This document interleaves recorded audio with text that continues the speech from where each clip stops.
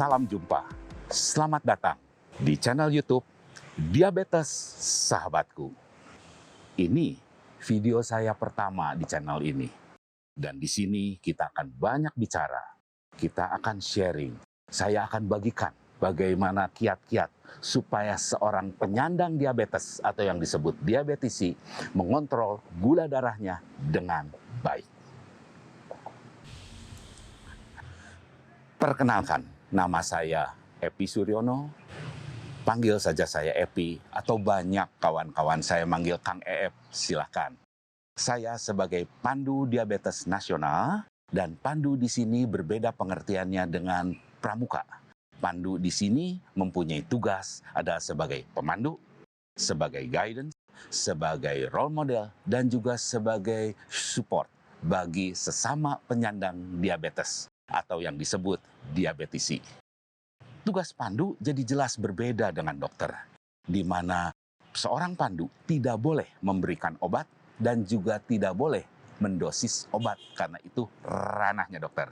Ya. Jadi seorang pandu tugasnya, dia merubah mindset seseorang, sesama pasien, lalu dia merubah sikap hati penyandang diabetes, dia merubah gaya hidup, kebiasaan dari penyandang diabetes yang nanti akan menghasilkan gula darahnya terkontrol dengan baik.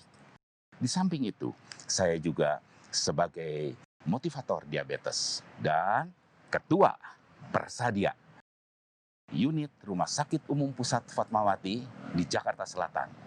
Bapak Ibu sekalian, apa Persadia? Persadia itu adalah Persatuan Diabetes Indonesia.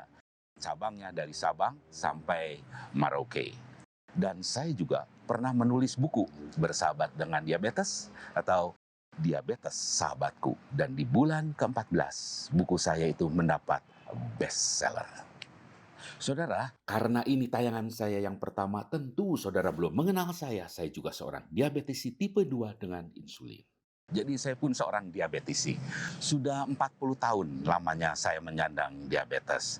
Tetapi di 15 tahun terakhir ini, tepatnya dari tahun 2005 sampai 2020, gula darah saya terkontrol dengan baik. Dari mana tahu terkontrol dengan baik? Saudara, salah satu parameter untuk melihat gula darah baik yaitu dari pemeriksaan HbA1c. Kenapa yang diperiksa HbA1c? Karena HbA1c adalah menggambarkan kadar gula darah dari seseorang 3 bulan rata-rata ke belakang. Jadi rata-rata 3 bulan. Kalau sekarang dia Juli, dia ke Juni, ke Mei. Jadi Mei, Juni, Juli. Rata-rata untuk angka sekarang Indonesia 7% ke bawah. Dan saya 15 tahun terakhir ini angka HbA1c saya berkisar 5,4% sampai 6,1%. Di dalam buku yang saya tulis, saya buka dengan bab pertama, yaitu dengan judul Kebodohan-kebodohan dalam menghadapi diabetes. Bapak Ibu sekalian, salah satu kebodohannya yaitu di mana sebagai penyandang diabetes, dia tidak mau mengakui dia sakit diabetes. Karena memang di diabetes tidak dirasakan sakit, seperti sakit perut atau sakit gigi.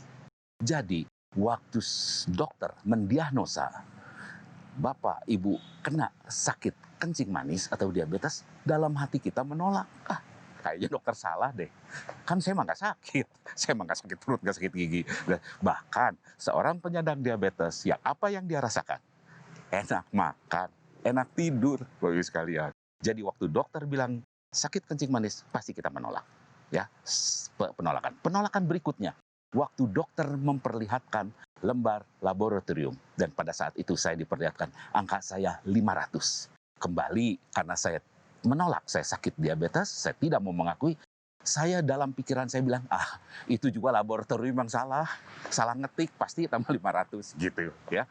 Nah, lalu dokter juga menasihati bahwa penyakit diabetes ini sampai saat ini belum bisa disembuhkan. Ini ilmu kedokteran yang benar, bahwa belum bisa disembuhkan sampai saat ini.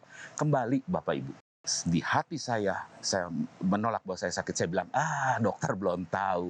Nanti kalau saya ketemu obatnya, saya ketemu ramu-ramuannya, saya akan kasih tahu ke dokter, gitu ya.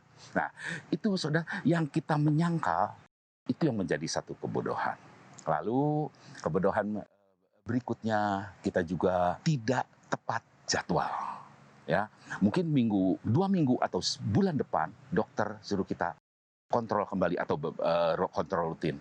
Dan kita merasakan gula darah kita masih tinggi. Dan betul, hasil laboratorium masih tinggi, Bapak Ibu sekalian. Nah, di sini mulai waktu kita ketemu dokter, dokter bilang gulanya masih tinggi. Kita mulai main alasan, saudara, mulai berkelit. Ya dok, karena sebelum periksa ke laboratorium, habis pesta, habis dari undangan, habis makan es krim, habis minum soft drink, jadi gulanya tinggi. Dokter bilang ya enggak, gitu kan ya. Nah, itu saudara, jadi dari situ kita terus menyangkal, nah sebetulnya kita sudah sakit kencing manis.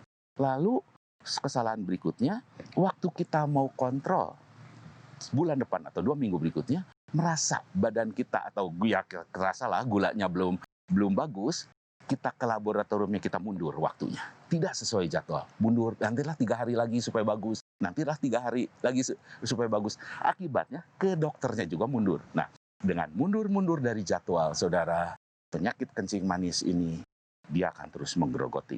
Karena kencing manis seperti rumah yang ada rayapnya.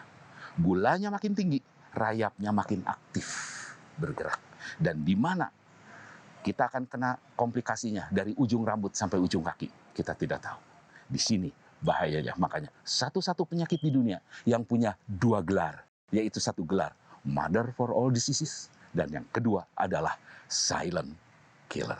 Nah, saudara, barusan kita berbicara beberapa kebodohan dalam menghadapi diabetes. Sebetulnya masih banyak kebodohan-kebodohan itu. Ya, dan pengalaman saya nanti saya akan bagikan lebih lagi kepada saudara-saudara sekalian, seperti kata-kata orang, ya, dia harus ini, harus itu. Lalu terapi urin, yang menurut buku-buku yang saya baca itu adalah satu air ajaib. Nanti kita bicara di tayangan berikutnya. Nah, itulah beberapa kebodohan dari diabetes yang sering kita lakukan. Kalau Bapak Ibu merasa atau saudara pun merasa itu manfaat, silahkan bagikan kepada orang tua, kepada tetangga, kepada family di rumah, atau pada kawan kantor, atau kawan-kawan di klub manapun. Silakan saudara bagikan. Dan silakan juga saudara klik subscribe di bawah ini, supaya nanti waktu tayangan berikutnya saya mengupload, saudara dapat notifikasinya dari saya. Dan di kolom komentar silakan saudara komentar, saudara bertanya, ataupun saudara membagikan dari pengalaman-pengalaman saudara. Sekian dari saya, salam sehat.